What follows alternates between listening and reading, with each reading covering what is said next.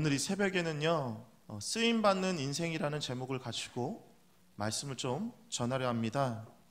각 나라를 대표하는 목사님들이 모여서 집회를 열었어요. 그 집회의 주제가 뭐였냐면, 하나님이 세상을 창조한 이래 가장 행복한 여자는 누구일까? 열흘 동안에 열뜬 토의가 벌어졌고요. 그리고 나온 결과는 2명이었어요. 그게 누구냐면 이브와 마리아였습니다. 왜 그랬을까요? 이브에게는 시어머니가 없고 마리아에게는 며느리가 없었기 때문이라고 합니다. 물론 우리의 가정은 그러지 않을 거예요.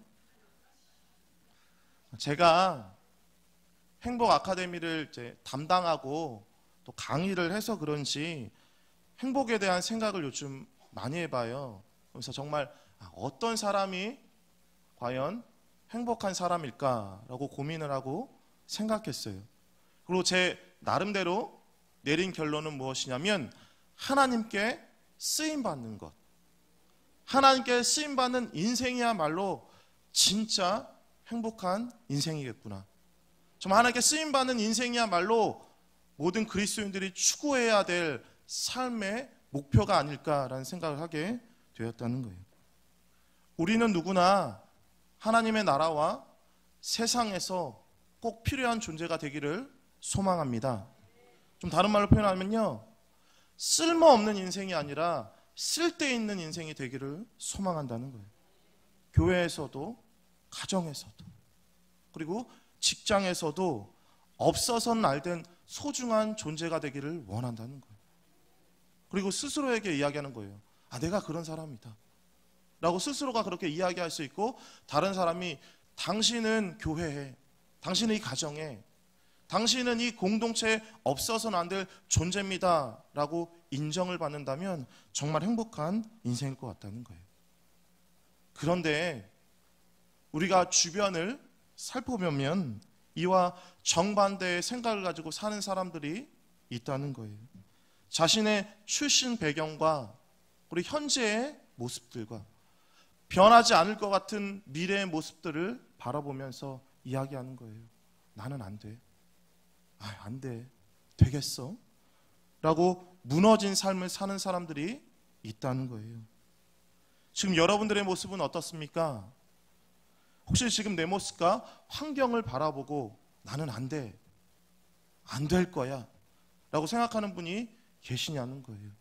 그렇다면 오늘 본문 말씀을 통해 위로를 받으셨으면 좋겠습니다. 오늘 본문 말씀이 소망이 되는 말씀이 되셨으면 좋겠어요.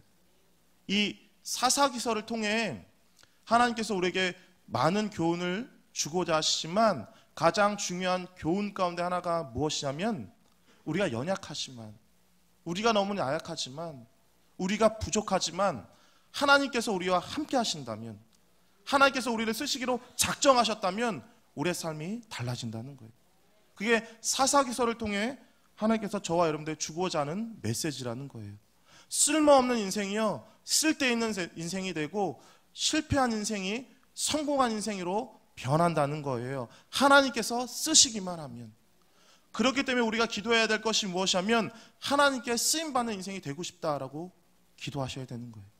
오늘 본문 말씀에 나오는 입다가 그랬습니다.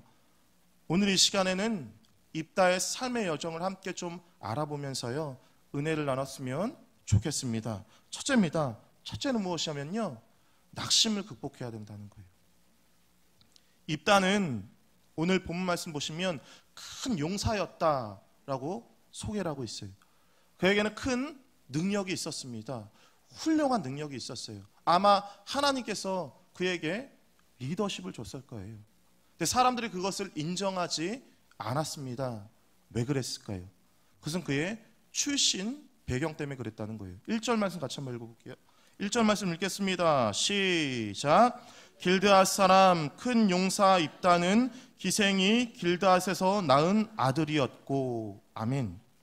오늘 이 입다는 길드앗이라는 사람과 창녀 사이에 태어난 사생아였어요.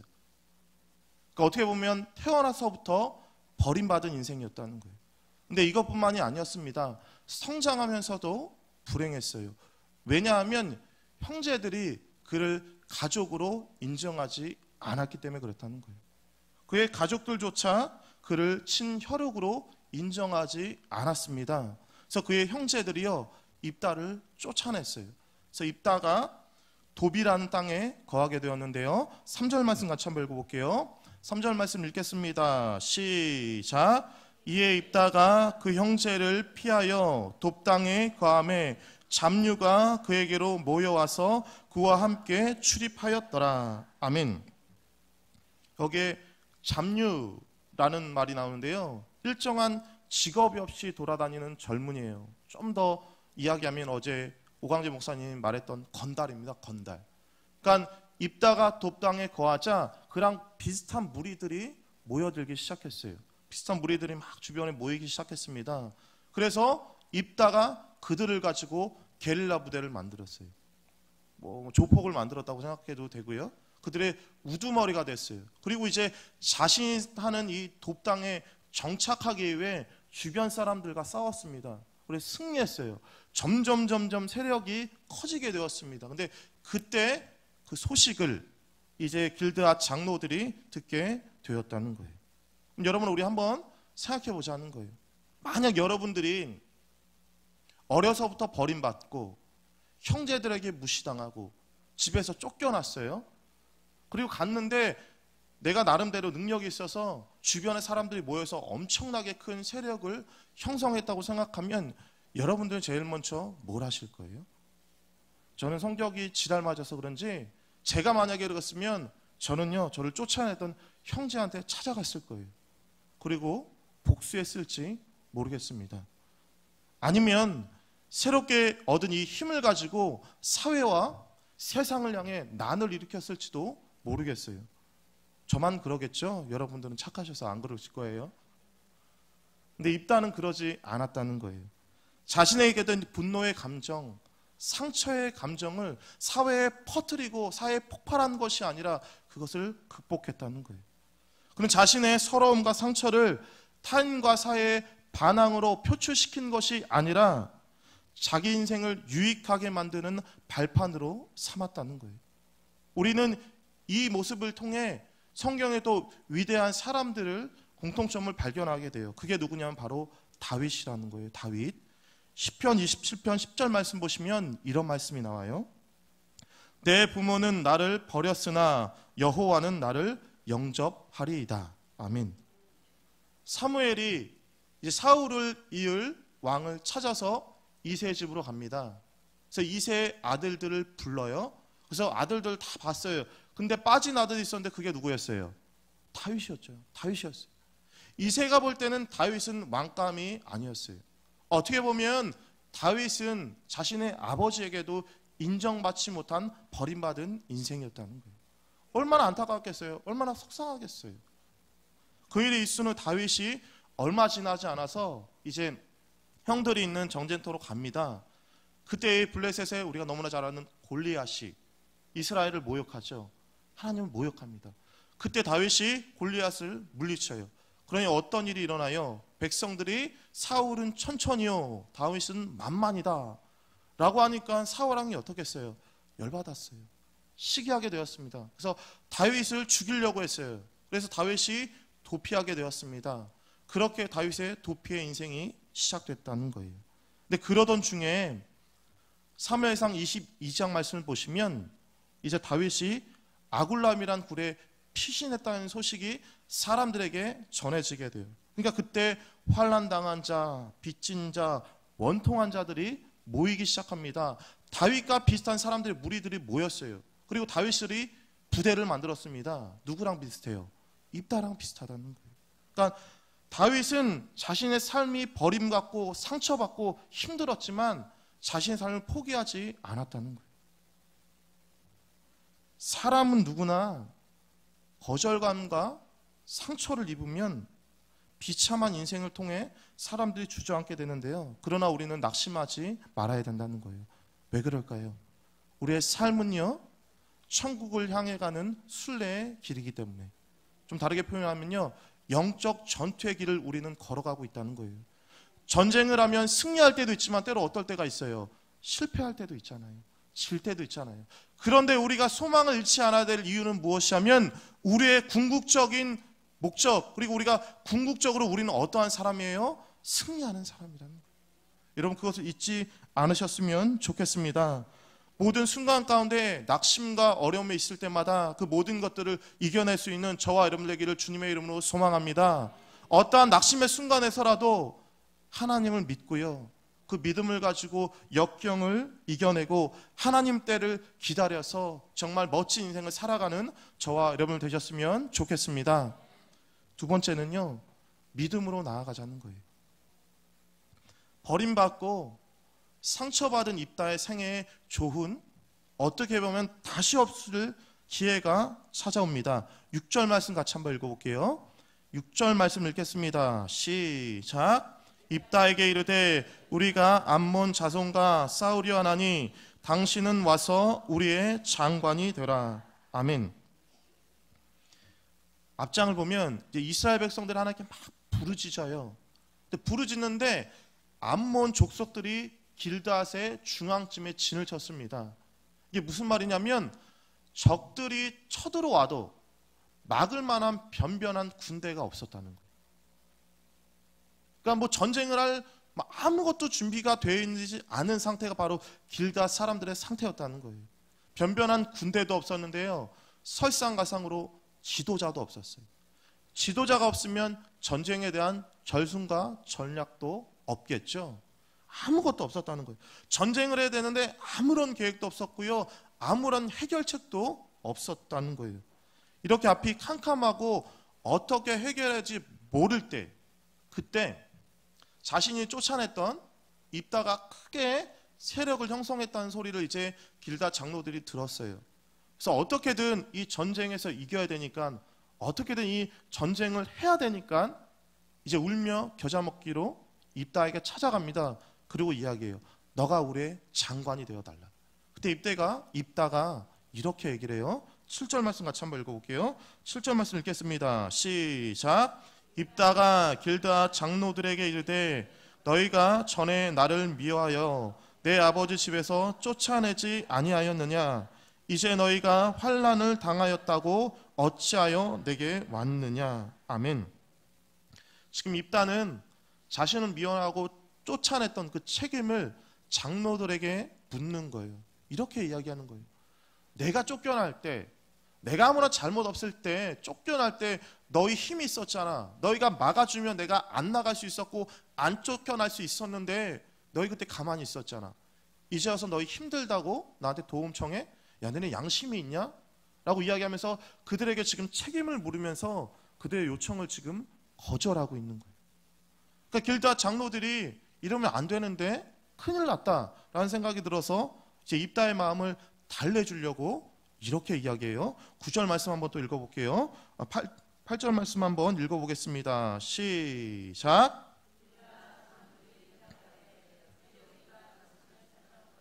우리와 함께 가서 암몬 자손과 싸우게 하려 하느니 그리하면 우리 길드한 모든 거민의 머리가 되리라. 아멘. 그러니까 처음에는 이렇게 얘기한 거예요. 뭐라고 이야기하냐면, 야, 너 조폭 두목하지 말고 한 조금 나라나의 장관이 되면 어떠냐라고 이야기한 거예요. 처음에는. 근데 그걸로 마음이 안 풀린 거예요. 아, 나 필요 없어. 나 조폭 두목해도 돼. 너네 마음대로 해. 나 쫓아낼 때는 언제고 너 왜 그래? 라고 이야기했다는 거예요. 그러니까 그 얘기를 딱 들으니까 이제 길드와 장로들이 아차 싶은 거예요. 아차 싶으니까 어떻게 했냐면 여기서 8절 말씀을 보시면 찾아온 것이라는 말이 있죠. 근데 이 말의 뜻 가운데 하나가 뭐냐면 회개한다는 거예요. 회개한다는 거예요. 그러니까 지금까지 길닷 장로들은 정치적 목적, 군사적 지도자를 찾으려고 입다에게 찾아왔는데 입다가 거절하니까 아, 이거 아니다. 마음부터 풀어줘야겠다. 그러면서 이야기한 것이 무엇이냐면 회개라는 단어를 선별해서 이야기하는 거예요. 아, 진짜 미안하다. 내가 잘못했어. 야, 내가 진짜 그때 너 편을 들어줬어야 되는데 하면서 그 마음을 풀어주려고 지금 이야기를 하고 있는 거예요. 그러면서 이 길닷 장로들이 하는 말이 무엇이냐면, 만약 너가 우리와 함께 출전하여서 그 암몬 자손을 물리치면 너가 우리의 머리가 될 거야. 최고 지도자로 삼을 거야 라고 이야기하고 있는 거예요. 근데 여기서 중요한 대목이 또 하나 나오는데 그게 무엇이냐면 여기서 저자의 관심이 있어요. 사사기를 쓴 저자는 무엇이 관심이냐면 지금 입다가 공동체에서 쫓겨났잖아요. 공동체 사람이 아닌 거죠. 그렇죠? 밖에 있으니까. 근데 이 입다가 이 공동체 안으로 들어올 것인가, 공동체 안으로 들어오지 않을 것인가, 그게 지금 저자가 말하는 중요한 대목이라는 말이에요. 좀 다른 말로 표현하면 언약의 밖으로 쫓겨난 이 언약 공동체 밖으로 지금 입다가 쫓겨났기 때문에 그 언약 밖으로 쫓겨난 이 입다가 다시 그 공동체 안으로 들어오는 모습들을 통해 너네가 잃어버렸던 이스라엘의 정체성을 회복해라 라는 그런 뜻이라는 거예요. 지금 이스라엘 백성들이 가나안 땅에 정착했어요. 그래서 하나님의 사람으로서의 정체성을 잃어버렸습니다. 이방인들과 똑같이 우상 숭배하고요, 음란하고요. 그러니까 하나님의 공동체에서의 정체성을 잃어버렸어요. 마치 입다와 같이 공동체에서 나갔듯이. 근데 다시 입다가 공동체 안으로 들어오는 모습을 통해서 이스라엘 공동체들에게 이야기하는 거예요. 저와 여러분들에게 이야기하는 거예요. 하나님의 백성으로서의 거룩한 모습들과 하나님의 백성으로서의 정체성을 회복해라 라고 지금 이야기하고 있는 거예요. 그게 저자가 지금 말하고 싶은 또 대목이라는 거예요. 그럼 계속해서 보세요. 만약 입다가 오로지 길드앗의 머리가 되고 싶었으면 저는 그가 전쟁을 일으켰을 거라고 생각해요. 그렇게 찾아와서 머리가 되어달라고 하기 전에 내가 먼저 전쟁을 일으켜서 무력으로 길드앗 사람들을 점령해서 머리가 될 수 있었어요. 그런데 입다는 그렇게 하지 않았어요. 왜냐하면 이 입다의 목표는 무엇이냐면 이 공동체 안으로 다시 들어온 게 그가 원했던 목표였다는 거예요. 그렇기 때문에 그는 이 길드앗 장로들의 이 요청을 수락하여서요, 암몬과 맞서 싸우기로 결심합니다. 그리고 이렇게 이야기해요. 9절 말씀 같이 한번 읽어볼게요. 9절 말씀 읽겠습니다. 시작. 입다가 길드앗 장로들에게 이르되 본향으로 돌아와서 암몬 자손과 싸우게 할 때 만일 여호와께서 그들을 내게 붙이시면 내가 과연 너희의 머리가 되겠느냐. 아멘. 입다는 전쟁에 나가기 전에 자신의 전술과 자신의 전략으로 이스라엘을 구하겠다고 하지 않고 있어요. 그는 하나님께서 암몬 자손을 나에게 붙이시면 내가 승리할 것이다 라고 이야기한다는 거예요. 실로 입다는 전쟁의 성패가 하나님께 달려있다는 것을 알았다는 거예요. 지금 입다는요, 공동체에서 쫓겨났어요. 이방에서 살았습니다. 이방신을 섬길 수밖에 없고 섬겼을지도 모르지만 중요한 것은 그 가운데 여호와를 버리지 않았다는 거예요. 여러분, 우리가 삶이 아무리 힘들고 삶이 아무리 어려워도 하나님을 잃어버리지 않는다면, 좀 다르게 표현하면요, 신앙을 잃어버리지 않는다면 우리 삶에 언제나 역전의 가능성이 있다는 거예요. 결국 하나님을 믿는 이 믿음을 포기하지 않았을 때 입다의 삶이 역전되었다는 것을 우리는 보게 된다는 것입니다. 사람이 삶의 고통과 환난이 찾아오면 인생을 포기해요. 근데 인생만 포기하는 것이 아니라 신앙도 포기합니다. 정말 내가 신앙생활 열심히 하고 있는데, 신앙생활 잘하고 있는데 우리의 삶이 좋아지지가 않아요. 점점점 나빠집니다. 그때 사람들이 이야기하죠. 하나님이 살아계실까? 하나님 왜 그러셔? 점점 신앙이 무너진다는 거예요. 여러분, 우리도 그런 경험이 한 번쯤 있을 것입니다. 하나님을 등지게 된다는 거예요. 그러나 입다는 달랐다는 거예요. 여러분, 입다는 하나님이 함께 하시면 어떠한 상황도 이겨낼 수 있다는 확신이 있었다는 거예요. 여러분, 주님 내 편이 되신다면 우리는 얼마든지 승리할 수 있는 인생을 살 수 있다는 것입니다. 그것이 바로 입다가 보여준 신앙이라는 거예요. 11절 말씀도 같이 한번 읽어볼게요. 11절 말씀 읽겠습니다. 시작. 이에 입다가 길드앗 장로들과 함께 가니 백성이 그로 자기들의 머리와 장관을 삼은지라. 입다가 미스바에서 자기의 말을 다 여호와 앞에 고하니라. 아멘. 전쟁에 나가기 전에 입다가 정말 중요한 말을 해요. 그게 11절 말씀에 나오는데 그 말씀이 무엇이냐면 여호와 앞에 고하였다. 이게 진짜 중요한 대목이라는 거예요. 성경 학자들마다 의견을 달리해요. 대부분의 어떤 성경학자는 이 입다를 완전히 부정적으로 봐요. 완전히. 근데 어떤 주석가들은 입다를 좋게 평가합니다. 왜냐하면 히브리서 11장 말씀 보시면 믿음의 영웅에 대한 이유들이 나오죠. 그때 입다도 나와요. 그러니까 좋게 보는데 중요한 것은 무엇이냐면 전반적으로 크게 보면 입다의 삶의 모습, 입다는 어떻게 보면은 좀 별로예요. 쉽게 말하면 사사로서 별로입니다. 근데 여러분, 우리가 한 사람을 전체적으로 평가할 때 그 사람이 괜찮다, 괜찮지 않다라고 표현할 수 있잖아요. 전반적으로 우리가 어떤 정치가를 평가할 때도 전반적으로 다 봤을 때 이 사람은 아니야, 이 사람은 괜찮았어. 근데 안 좋은 사람에게도 좋게 한 일들이 있을 거 아니에요. 그렇죠? 그러니까 만약에 우리가 전체적으로 만약에 입다를 부정적으로만 막 보면 잘한 모습들도 못 보게 돼요. 근데요, 그 순간순간마다 잘한 모습들이 있다는 거예요. 그게 11절 말씀에 나오는데요. 11절 말씀에 뭐라고 나오냐면 전쟁에 나가기 전에 여호와 앞에 고하였다고 나와요. 이것은 무엇이냐면 이제 입다가 길단 모든 사람들의 지도자가 되었다는 것을 공포한다는 말이고요. 좀 다르게 표현하면 정말 이스라엘의 지금 모습을 하나님께 고했다는 거예요. 변변한 군대도 없네요. 지도자도 없네요. 전쟁이 질지도 모르겠네요 라고 이야기하며 고백했다는 거예요. 여기서 주는 중요한 교훈이 무엇이냐면 입다는 하나님과 상관없는 인생이 아니라 하나님이 책임져 주는 인생을 살기를 원했다는 거예요. 여러분, 우리 삶에 그것이 있어야 되지 않겠냐는 거예요.